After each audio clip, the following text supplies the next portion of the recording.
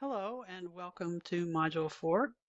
I'm using a split screen for this recording with the online materials on the left and the announcement, the weekly announcement on your right.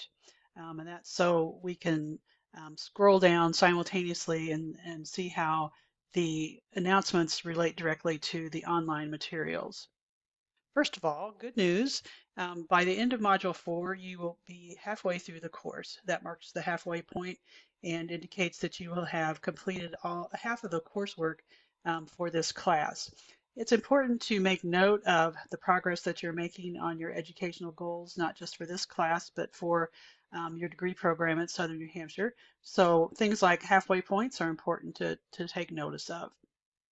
Hopefully you're getting in the habit of reading the introductory material, the learning objectives, the module overview, as well as tips for success and module at a glance. What I want to point out to you today to start with is the learning objectives for this week, which will be played out in the assignments. First, you'll identify the components of a thesis statement.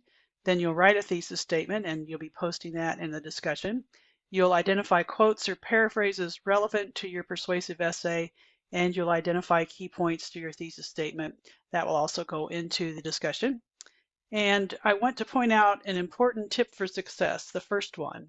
Review the module resources about developing a thesis statement prior to writing your thesis statement. That thesis statement will be posted, the initial post in this week's discussion, so you need to plan ahead so that you have time to do all the reading and watch all the videos before it's time for you to post in the discussion by midnight Thursday. As always, the module at a glance gives you a step-by-step path to follow through. On the right in the announcements, you'll see the two assignments, the Right Now 4-1, which is a free writing exercise that'll be due by midnight Sunday, and then 4-2, the peer workshop discussion covering thesis statement and key points. As always with discussions, the initial post is due by midnight Thursday, and at least 2 response posts due by midnight Sunday. Do take note that this is a peer workshop discussion. It's not a regular discussion, and we'll go over in some detail what's required in a peer workshop discussion. All right, so let's move on to the next page in the online materials, and that is the Module 4 guide. First of all, on your right, if you'll notice that I've got a passage that's highlighted and partially underlined, and this was important for me to note early on. You will not be writing an outline in Module 4. There are mentions of writing an outline in the online materials in Module 4, but that is left over from a previous version of the course. They recently updated some things in the course, and they haven't yet updated all the language that's left over from the previous version. So there'll be places where you'll see it talking about writing an outline, and we're not doing that in this module. It is done if you choose to do an outline in Module 5 when you're writing the draft. So just to be clear about that so you're not confused. All right, so the Module 4 guide covers free writing and identifying key points. It also covers things like the thesis statement, which I've talked about previously being one of the focuses of both this module and the peer workshop discussion. This information is always a good place to start for the module because it gives you an overview of what's going to be covered, as well as enough detail to prepare you for the more in-depth reading that comes with the required resources. So we first got information about the thesis statement, as well as identifying key points. That will make more sense to you after you've done the reading, and that's why it's so important to do all the reading, not just the information that's posted in the guide, in the announcement, but also the assigned readings in the required resources. And this week there are some great videos, so that adds to the availability of the information. Included also in the guide is information about including evidence. The next step in having gathered research is starting to move from having gathered the research to thinking about how it might be used to persuade in an essay. That's our end project goal, is to write a persuasive essay that's supported both by your reasoning and by evidence from the research. So you have to be able to go back now and look at your research and decide what's strongest in this evidence that I've gathered. How am I going to use it? What quotes or paraphrases might I use? Because they will be the support that you have in your body paragraphs for the argument that you present in your thesis statement. Going in a slightly different direction, the value of free writing, because the first assignment in this module is the free writing exercise. I'm not going to talk too much about free writing here. I'll talk more about it with the assignment. It's just another tool for exploring your topic. Then why workshop? Again, I'll talk more about that when we get to the assignment. But workshopping is simply having another pair of eyes take a look at your work. And in this case, it's going to be your classmates along with your instructor for grading purposes. But it's helpful to have someone else give you feedback about how well is this working, what might still need work. And basically that's the focus of a workshop. And then where we are in the course, this is one of the places where there's some confusing information about the outline. Where we are is next week we'll be writing a possible outline along with a required draft. And we have completed, this week we'll have completed a rough draft of a thesis statement, as well as developing key points and identifying evidence in the research that you've already gathered. Next comes the required resources. And here is actually an example of where there's still some work to be done on updating the online materials. It says resources outlining your essay. Well, we're not doing an outline anymore, so just ignore that. And let's scroll down to the required resources list. And I've given you some specifics in the announcement, so that's on the right side. The first thing, again, I'm going to remind you, and I'm going to remind you several times, you will need to do all the readings and view all the videos before making your initial post in the discussion. So plan your time. Okay, so going down the required resources list, first we have chapter 24, which is titled Shaping a Thesis. This will give you information about writing thesis statements, what to do, what not to do. But I want you to keep in mind that this chapter covers general information about writing effective thesis statements. Some of it will not apply to our particular assignment, so keep that in mind. It's good information, but it may not apply to our particular persuasive essay.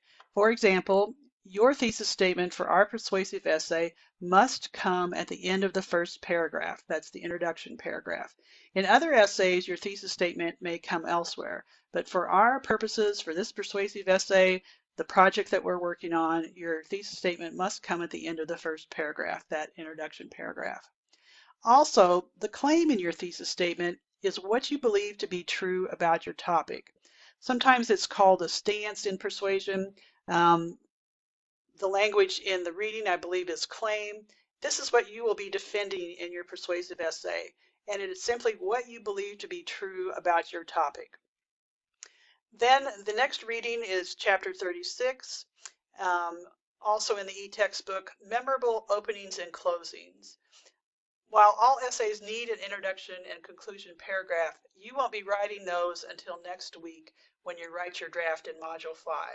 You do need to know what those should include, how they should be put together as you begin to plan ahead for writing that draft next week. So again, important information. The next one is making a thesis statement, substantive and grounded and assertive. Again, it's more specific information about writing thesis statements, and this one includes helpful examples.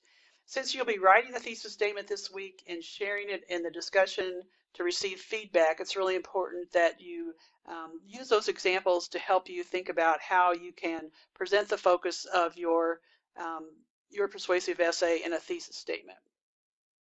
Then we move to a series of videos, and these are really good videos, really helpful videos. And for those of you who maybe learn better, comprehend things better through videos, these will be really helpful. The first one is developing a thesis statement. They're all relatively short videos. This one, we have the return of the lady with the British accent, and she presents some very useful and concise information about developing a thesis statement. And it's very useful information in the way that it's presented in the video.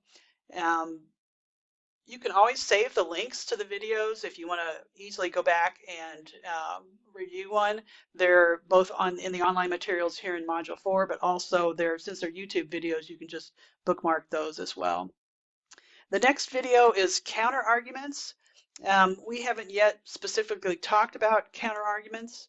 All they are is the opposing view to what you believe to be true. So if you're taking one side of an issue, a debatable issue, there's always another side. That's what makes it debatable, is there has to be at least two sides to an issue. Part of showing that you have fully explored and understand your topic as you're presenting it in your persuasive essay is to be aware of what the opposition thinks. That's the counter argument. So our job in writing this essay is to present a counter argument and then to rebut it or refute it so that it acknowledges that you have knowledge of what the counter arguments are, but that your argument, your position is the stronger one. And you'll have a paragraph in the essay that does that. It introduces the opposing view, then it refutes it, reminding the reader that your position is the stronger one. Finally, we have structuring your essay. We have all kinds of experience in the writing of essays in this course. And some people have written essays recently, perhaps in another course at SNHU. Some people haven't written one for a long time. So this is an excellent video for either reintroducing yourself to what the structure of an essay should be or reviewing if you've done one more recently. All essays have to have an introduction, body, and conclusion, and this essay gives information about how the overall essay is structured. Very helpful. Then we have the additional support, the optional support, and some of this you'll need, or we've used all along. Some of this you won't be using until next week. So I just want to briefly point out what's available here. So I'm on the left now. First of all, outlining a persuasive essay. This includes a template that was used in the previous version of the course. And personally, I don't think this outline is very helpful. So don't tell anybody I said this, but you can avoid looking at this one because it'll just be confusing. I will be presenting you with an outline template next week in Module 5 that's a more simple outline that matches what our assignment is asking us to do much more closely.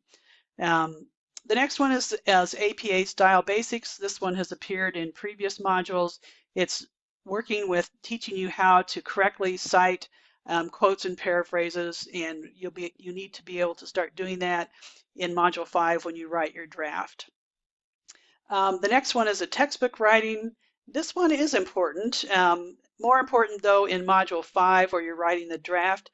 This is about essay development and focuses more on finding the key points that you're going to use, which is important for this week, but more important when you're actually putting them into paragraphs, and how you use the quotes and paraphrases to structure a paragraph in a persuasive essay. So this one, do take a look at, but again, it probably will make more sense next week. The next one is tips for integrating sources. And again, this one will be more helpful next week because it actually gives you information about how do you build a paragraph. A paragraph should have a topic sentence. It should begin with a topic sentence that announces the focus of that paragraph. Then it'll be followed by some discussion of the point of that paragraph. That discussion will be supported by research in the form of a quote or a paraphrase. But you have to have a way of easing into that quote or paraphrase so that it's clear to the writer or to the reader that you're switching voices. It's not your voice anymore. It's the voice of the outside source. And so this gives you some information about smoothly doing that with the use of introductory phrases.